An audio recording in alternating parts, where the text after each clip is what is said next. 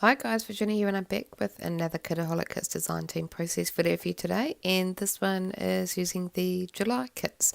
So what I'm doing now is just showing you a couple of dies that I've planned on using, and I decided to focus on that lovely teal kind of pattern paper, and I've got a little photo. The photo is of my feet in my gum boots on the lawn. It was a bit of a frosty day, but I posted it over on Instagram, but I left it on my phone and I printed it out, and I thought it was kind of a good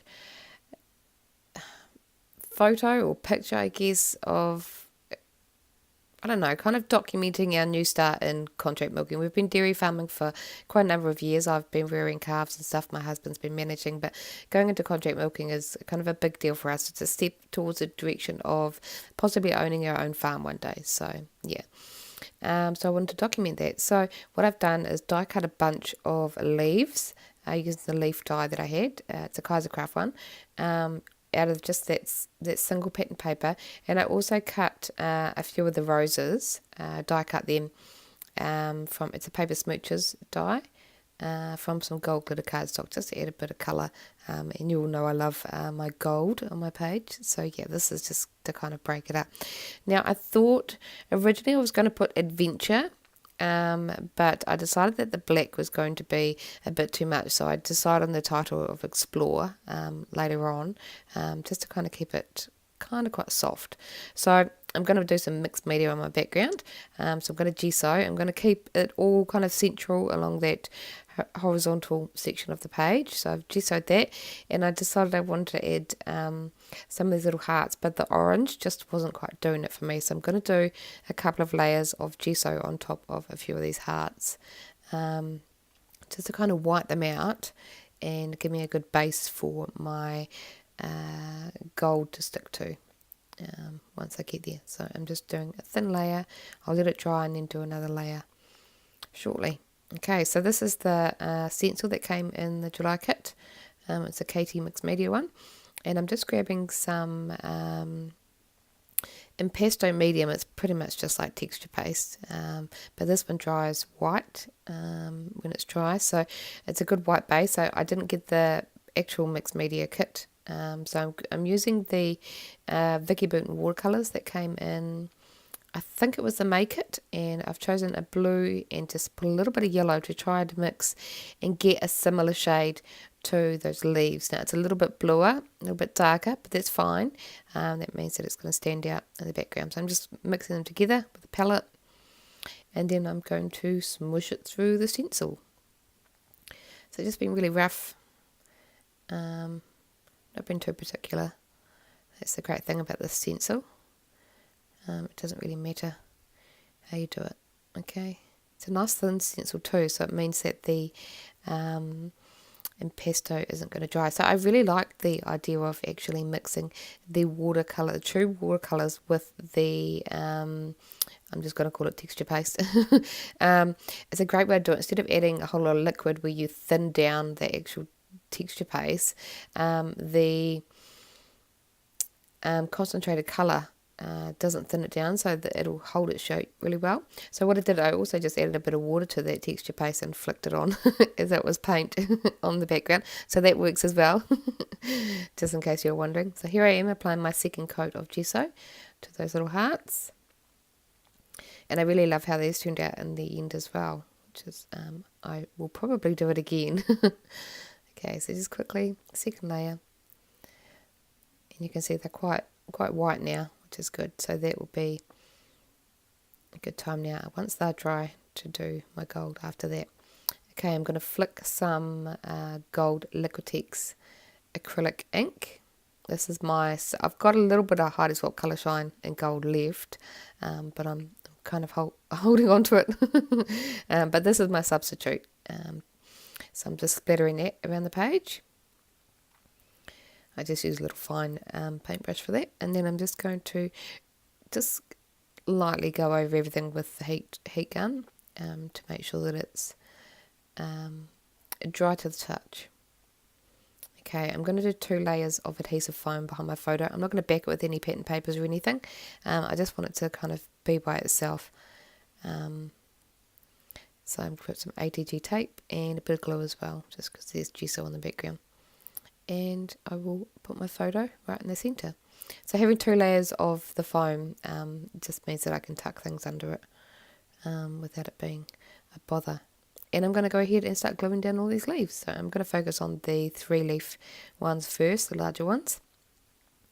And just kind of glue them around, spread them around, and then I'll fill it all in with the single leaves that I've got there.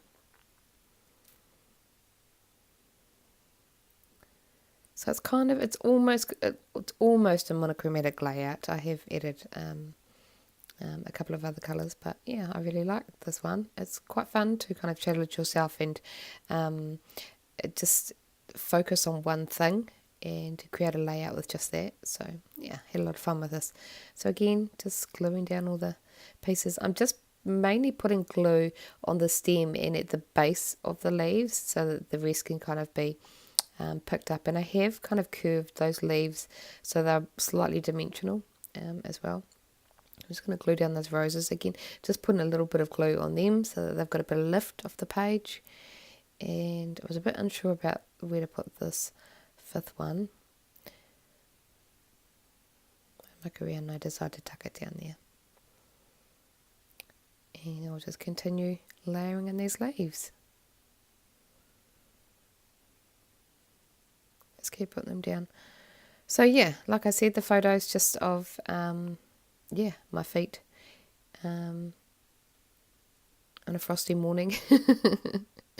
But yeah, my journaling was pretty simple as well. Just kind of that I'm excited for the year to come, where we've signed a contract for a year. So if you don't know what contract milking is, it's probably the step in between share milking and managing a farm. It's kind of where you get your foot in the door. It's the next logical step after managing a farm, because share milking it's a big step. Most share milkers go 50-50, and that means that you're responsible for 50% of the costs of the farm, the entire farm, but you get 50% of the milk payout. But that's a scary situation, because if the milk payout drops, milk prices drop, you get less money, pretty much. But in contract milking, we get a fixed price per kg of milk solid produced on the farm. So our income is set. We just have to meet our target production. We just have to get the gills really producing milk. But we are responsible for some costs, only the cost of basically getting the milk, running the milking shed. So we've got power bills and stuff for the milking shed, which are quite expensive. But yeah, and we're responsible for chemicals and stuff like cleaning the milking shed and all that kind of stuff. So yeah, it's still just documenting the next step in our dairying life. Okay, so this little acrylic piece that said July was in the kits as well, and I thought that was perfect because I did take it again the other day, the photo, and it was in July. It's still July.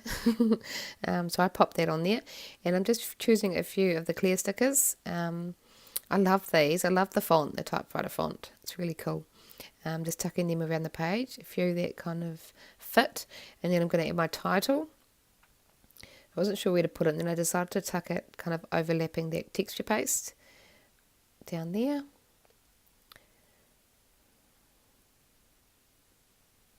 So I'm just going to put that in place. And I was hoping there was one white little heart on there, and I was hoping there was some more, but no, there wasn't. It was only black ones. Never mind.